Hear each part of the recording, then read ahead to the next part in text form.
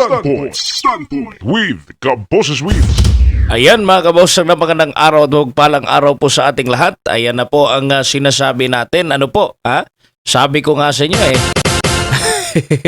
hindi talaga magpapatinag. Ito pong si Mayor Magalong.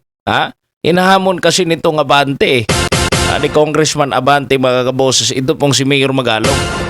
Magpapa-public apology ba naman mga kaboses? Matapos pong sabihin, kasi ayaw po nila magpasabi mga kaboses na may corrupt sa kanila dyan sa Congress. Kasi gusto nilang marinig lamang po nila ay malinis sila. Alam naman po natin yan si Benny Abante. Kaya nga po pinapatawag niya dyan sa Kongreso kung yung mga kumukomentaryo sa kanya.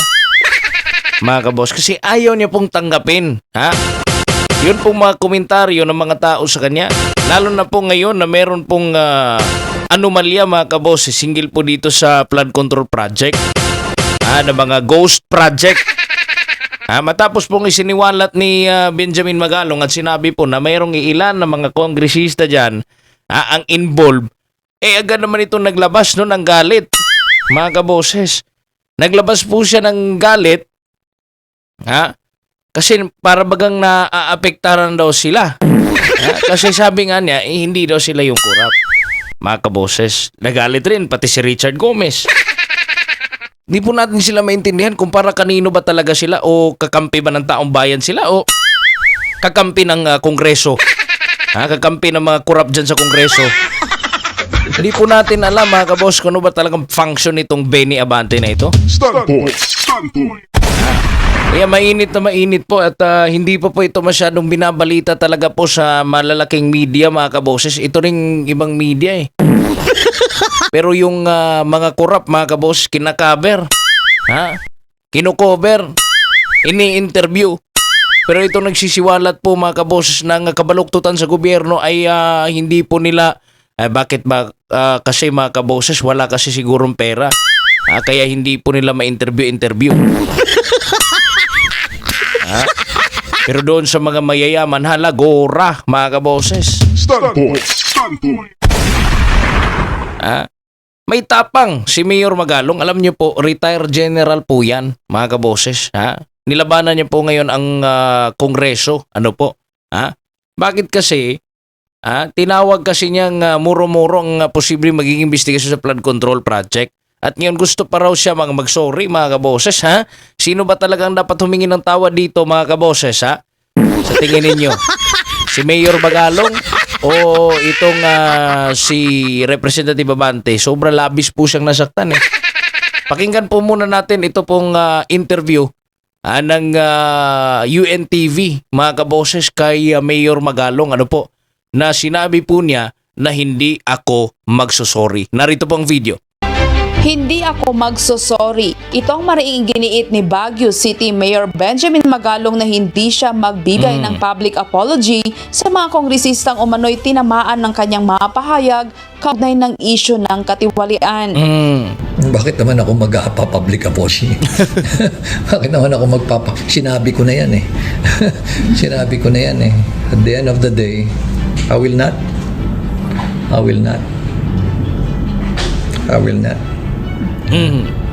Tingnan nga natin kung saan pupunta yung kanilang investigasyon. Ayun. O yung kanilang committee hearing. Hintayin natin. Pero hindi ako mag-apologize. Ayon kay Magalong, malinaw kung sino ang tunay na sumisira sa imahe ng institusyon, hindi siya, kundi mismo mga mambabatas na sangkot umano sa anomalya. Unang-una, hindi ako mag-apologize sa kanila. Sila dapat ang mag-apologize sa taong bayan sa kanilang mga pinaggagawa. Isipin mo, alam naman nila na marami sa kanilang kasamahan involved sa katiwalian. Ayun. Pero nananahimik sila. Alam ko marami rin sa kanila matitino yan. Pero masama, pinabayaan lang natin. Correct. Nananahimik dahil nga ayaw nilang, kumbaga, nangyari sa kanila is tolerance. Matatanda na giniit ni Manila 6th District Representative Benny Abante na nararapat lamang magbigay ng public apology si Baguio City Mayor Benjamin Magalong matapos itong tawaging moro-moro ang nakaambang investigasyon ng Kamara sa flood control projects. Ayan, moro-moro. Ayon kay Abante, isang insulto sa institusyon ang Ayan. pahayag ni Magalong at hindi dapat lahatin Hindi kasi ang siya mga matanggap. kongresista. Giit naman ng alkalde matagal nang malinaw sa mga kapwa kongresista kung ano ang nangyayari. Ngunit malinaw pinili naman umano talaga. ng iba na manahimik. Dagdag pa niya, ang katahimikan ay hindi neutralidad kundi pakikipagsabwatan. Silence is not neutrality. It is complicity, it is tolerance. Tama. Kaya hindi ako naniniwala na wala silang alam. Kaya nga sila naging congressman dahil magagaling sila eh. Kaya imposible naman na wala silang kaalam-alam doon sa mga pinaggagawa ng mga kasamahan nila dyan. Alam na alam nila yan. Kaya dapat kayo po ang humingi ng paumanhin sa taong bayan. Ayun. Hindi po ako. Pasensya na Tama, kayo. tama. Mali po yung you're barking on the wrong tree. Binatigos din ni Magalong ang ani ay kawalan ng accountability ng ilang contractor at mambabatas na patuloy na nakikinabang sa kaban ng bayan. Partikular niyang tinukoy ang problemadong rehabilitasyon ng Cannon Road na sa kabila ng bilyong pisong inilaan Ayun. ay nananatiling depektibo. Dagdag pa ng alkalde, apektado rin ang turismo at kabuhayan ng mga mahihirap dahil sa paulit-ulit na kapalpakan ng mga proyekto. Sa huli, nanindigan si Magalong na hindi siya matitinag at hindi kailanman hihingi ng tawad. Aniya, kung may dapat humingi ng paumanhin, yun ay ang mga opisyal na sangkot sa korupsyon. Yan ang hamon ni Mayor Benjamin Magalong laban sa mga kongresistang ani ay tunay na sumisira sa integridad ng pamahalaan.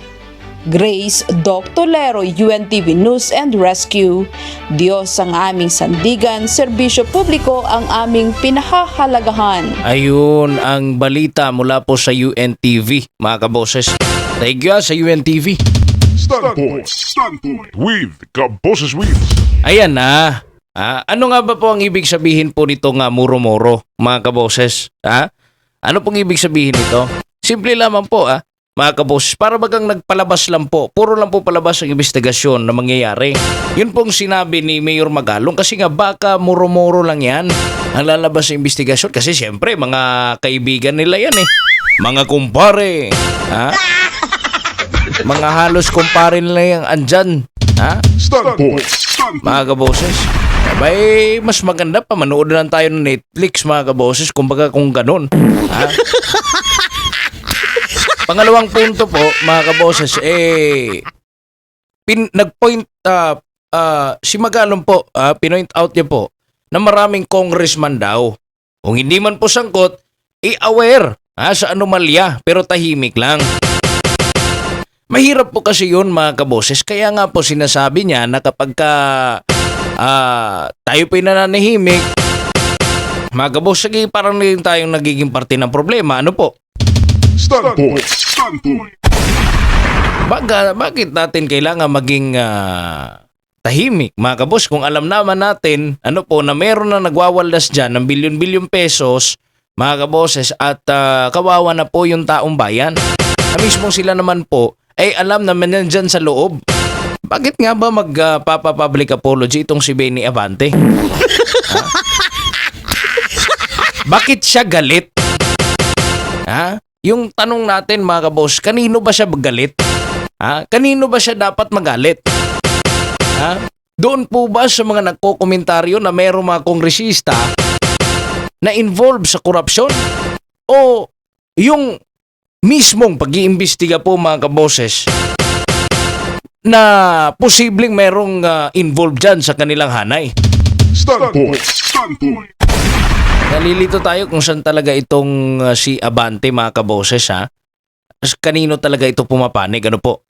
Kasi habang sila po ay nagtatakipan po, tayo pa rin po ang talo, mga kaboses. Bilyon-bilyong pondo para sa flood control po, mga kaboses. Pero ilang bayan po ay nilulunod pa rin sa baha. Ngayon po ang Maynila, low pressure pa lang po, mga kaboses. Ayan na. Grabe na po yung bagyo.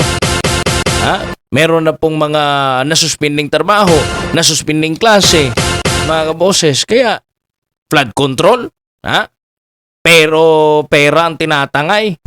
Standpoint. Standpoint. Hindi baha. Kung ghost project lang, mga kaboses, ano po, ang lahat, sino bang niloloko nila? Ano po? Hindi tayo rin naman pong nagbabayad po ng buwis, ano po? Di ba? Mga kaboses, kayo, ano sa tingin nyo mga kaboses Sangayon ba kayo kay Mayor Magalong na muro-muro lang ang posibleng magiging investigasyon? Kasi para sa akin mga kaboses, nakikita ko rin noon na posible talaga kasi ngayon nga, nagpapakita na sila mga kaboses sa para bagang tinatakpan nga nila yung posibleng mga involved mga kaboses kasi yung galit nila andun sa tao pong nagsisiwalat mga kaboses ng korupsyon. Hindi po sa tao mga kaboses na kailangan nilang imbestigahan. Standpoint. Standpoint. O sang-ayon po ba kayo na dapat pong talaga magsorry ay ang Kongreso? At kung totoong may kasalanan po ilang mambabatas, tama ho ba na sila mismo ang humingi ng tawad sa taong bayan, mga kabos? Comment nyo po sa baba mga kababayan at pag-uusapan po natin yan. Mga kabos, mga kababayan. Hindi po dito nagtatapos ang usapan natin, ano po? Kasi habang nangyayari po ito, meron pong mga maiinit pa pong issue, ano po? Na yun pong si DPWH Secretary Bunuan, mga kaboses na siguro papalitan o papasok ba si Babe Singson? Hindi po natin alam kung ano pong mangyayari sa susunod mga kaboses. But mga kaboses, paki-subscribe, hit the notification bell para notified po kayo sa lahat po natin ng mga uploads. Ano po? Para updated po kayo sa lahat po ng kaganapan po sa ating bayan mga kabos. Ito po imantakin nyo po mga kabos, mga kababayan. Kung ganito pa rin ang drama po sa gobyerno, hindi flood control ang kailangan.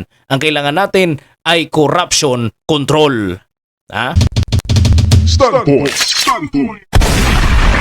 Corruption control. Maraming salamat po mga kabos sa inyong pakikinig at panunood dito sa ating programa sa Standpoint with Kaboses Wins, mga kaboses.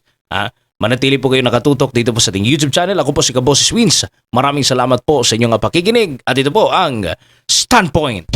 Standpoint. Standpoint. With Kaboses Wins.